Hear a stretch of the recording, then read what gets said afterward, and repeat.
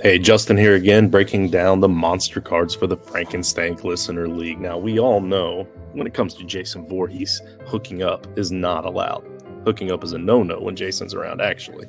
He always likes to go after those couples that are together, if you know what I mean, during the movies first, before he goes after the outliers. So this monster card is used to prevent hooking up. Now, let me explain just a little bit. So, with this monster card, you will play this card on the Thursday at noon, before the Thursday night games, but at noon, to give your opponent time to set his lineup, because he's now no longer allowed to play stacks.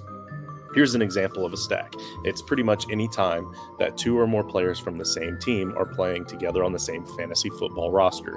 An example I have here is Christian McCaffrey, Deebo Samuels, and George Kittle. If all three of those players are on that same team, that's a pretty powerful stack in Frankenstank because of the PPR bonuses, the tight end bonuses, and all that. So if you play this card, he's only going to be able to play, your opponent will only be able to play one of those three players. Not all three, not even two.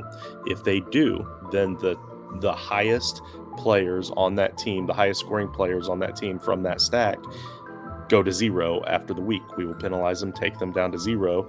They're still in your opponent's starting lineup, so you can steal his or her opponent from that team if they started them. So they need to know when you post that card that they need to go change their lineup, and if they don't or they're not paying attention, then they'll get punished for it. So yeah, this is a pretty powerful card if it's played in the right situation and you have the right opponent that's not paying attention at the right time, especially. It could be pretty dynamic.